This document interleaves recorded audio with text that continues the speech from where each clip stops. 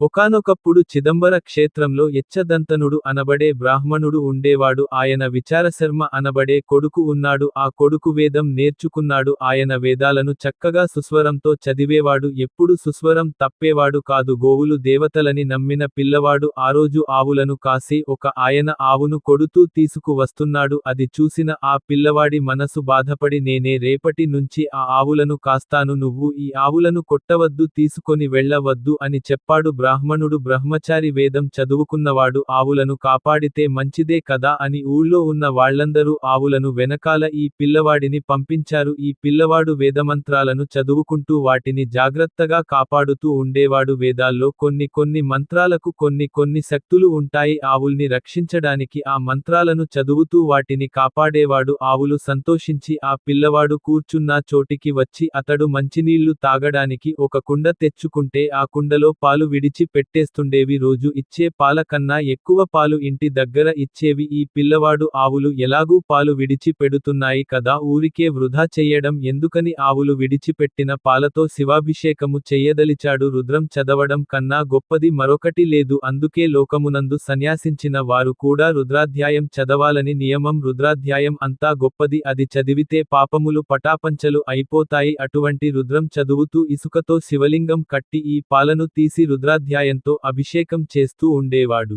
ఒకరోజు అటునుంచి ఒక వెర్రివాడు వెళుతుంటాడు. అయ్యే, ఈ పిల్లవాడు ఈ పాలన్నిటిని ఇసుకలో పోసేస్తున్నాడు, ఇంకా ఆవులు ఎన్ని పాలిచ్చినో అని వెళ్ళి ఆ పిల్లవాడి తండ్రికి చెప్పాడు. చెప్తే యచ్చదంతనుడికి కోపం వచ్చింది. రేపు నేను చూస్తాను అని చెప్పి మరుసటి రోజు కొడుకు కన్నా ముందు బయలుదేరి అడవిలోకి వచ్చి ఆవులు మేసే చోట చెట్టు ఎక్కి కూర్చున్నాడు. పూర్వకాలం క్రూర మృగాలు ఎక్కువ, అందుకని కర్ర గొడ్డలి కూడా తనతో తీసుకువచ్చాడు. తనతో పెట్టుకుని చెట్టు ఎక్కి కూర్చున్నాడు. కాసేపటికి కొడుకు ఆవులను తీసుకొని వచ్చి అక్కడ ఆవులను విడచి పెట్టాడు. ఆవులు అక్కడ మేత మేస్తున్నాయి. విచారశర్మ సైకత లింగమును తయారుచేసి సైకత ప్రాకారంతో శివాలయ నిర్మాణం చేశాడు. తరువాత చక్కగా ఈ ఆవులు అమాంతం తాముగా విడిచిపెట్టిన పాలతో రుద్రం చదువుతూ అభిషేకం చేస్తున్నాడు. ఆయన మనసు ఈశ్వరునియందు లయం అయిపోయింది. అతను పరవశించి పోతూ సైకత లింగము నాకు అభిషేకం చేస్తున్నాడు. అవును, అతడు చెప్పింది నిజమే, వీడు ఇసుకలో పాలు పోస్తున్నాడు. నీ దూరంగా చెట్టు మీద ఉన్న తండ్రి చెట్టు దిగి పరిగెత్తుకుంటూ వచ్చి పెద్ద కేకలు వేసి పిల్లాడిని భుజముల మీద కొట్టాడు. ఆ పిల్లవాడికి శరీరం పైన ధ్యాస లేదు. అతను అభిషేకం చేస్తూనే ఉన్నాడు. కోపం వచ్చిన తండ్రి తన కాలితో అక్కడి సైకత లింగమును తన్నాడు. అది చిన్న భిన్నం అయింది. అప్పుడు ఆ పిల్లవాడికి శరీరం పైన ధ్యాస వచ్చినది. తండ్రి వచ్చినప్పుడు గొడ్డలి అక్కడే పెట్టాడు. ఆ పిల్లవాడు వచ్చిన వాడు తండ్రియ లేక మరొకడ అని చూడలేదు. ఏ పాదము శివలింగమును తన్నిందో ఆ పాదము ఉండడానికి వీలులేదని గొడ్డలి తీసి 2 కాళ్ళు నరకపోయేటట్లు విసిరాడు.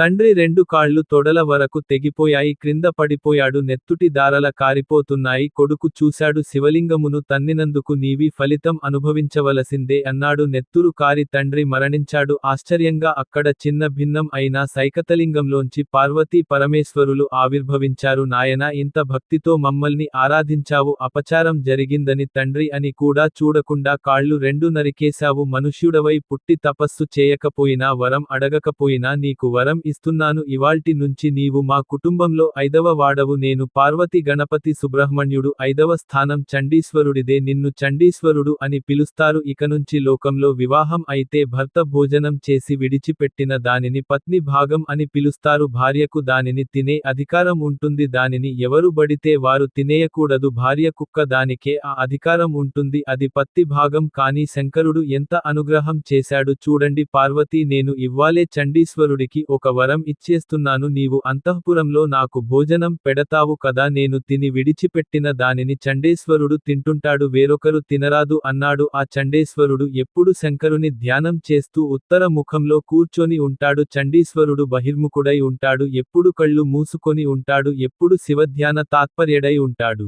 ఆయనను పిలుస్తే ఆయనకు కోపం వస్తుంది. అందుకని ఆయనకు ధ్వనిశ్చంద్రుడు అని పేరు. మనలో చాలామంది తెలిసి తెలియక శివాలయంలో కొట్టిన కొబ్బరికాయను ఇంటికి తీసుకు వెళ్ళకూడదని గోడల మీద పెట్టి వెళుతుంటారు. ప్రసాద తిరస్కారం మహాదోషం. అలా వదిలిపెట్టి వెళ్ళకూడదు. శాస్త్ర ప్రకారం ఆయన దగ్గరకు వెళ్ళినప్పుడు చిన్న చీటిక మాత్రం వెయ్యాలి. అందుకే ఆయనకు చిటికెల చండీశ్వరుడు అని పేరు. చిటిక వేస్తే ధ్యానమునందు ఉన్నవాడు కళ్ళు విప్పి కోపంగా చూస్తాడు. ఓహో, మా స్వామిని ఆరాధించావా, ప్రసాదం తీసుకున్నావా, సరి అయిపోతే తీసుకు వెళ్ళు అంటాడు. ఆయన ఆయనకు చూపించిన తరువాత ఆ ప్రసాదం మీద మీకు పూర్ణాధికారం ఉంటుంది దానిని మీరు ఇంటికి తీసుకు వెళ్ళవచ్చు లోపల శివుడికి ముఖముక్క ఉండిపోయింది అది చండీశ్వరుడికి వెళ్ళిపోతుంది మీకు ఇచ్చినది ప్రసాదరూపము దానిని మీరు గుడి యందు విడిచిపెట్టి వెళ్ళిపోతే మీ కోరిక తీరదు అందుకని శివాలయంలో ఇచ్చిన కొబ్బరి చెక్కలు గాని ప్రసాదం కాని అక్కడ వదిలిపెట్టేయకూడదు నంది మీద పెట్టడం కాదు చండీశ్వర స్థానమునందు తప్పట్లు కొట్టకూడదు చిటికె చిన్నగా మాత్రమే వెయ్యాలి అంతా పరమపావనమైన స్థితికి చేరిన వాడు చండీశ్వరుడు తమిళనాడు కేరళ వంటి ప్రాంతాల్లో శివాలయంలో ఊరేగింపు జరిగితే నందిని తీసుకు వెళ్లరు చండీశ్వరుడు ఉంటాడు ఉత్సవ మూర్తులలో పార్వతీ పరమేశ్వరులు గణపతి సుబ్రహ్మణ్యుడు చండీశ్వరుడు ఈ ఐదింటిని ఊరేగింపుగా తీసుకువెళతారు పరమేశ్వరుడు చండీశ్వరునికి 5వ స్థానం ఇచ్చారు ఒక్కసారి శివాలయంలోకి మనం గడప దాటి అడుగుపెడితే అటువంటి మూర్తులను దర్శనం చేసి శివలింగ దర్శనం చేసి అమ్మవారిని చూస్తాము మన భాగ్యమే భాగ్యం అందుకే శివాలయం వైష్ణవాలయం ఈ రెండు లేని ఊరు పూర్వం ఉండేది కాదు ఈ రెండు ఉంది తీరాలి మన దేశం అంతటి భాగ్యవంతమైన దేశం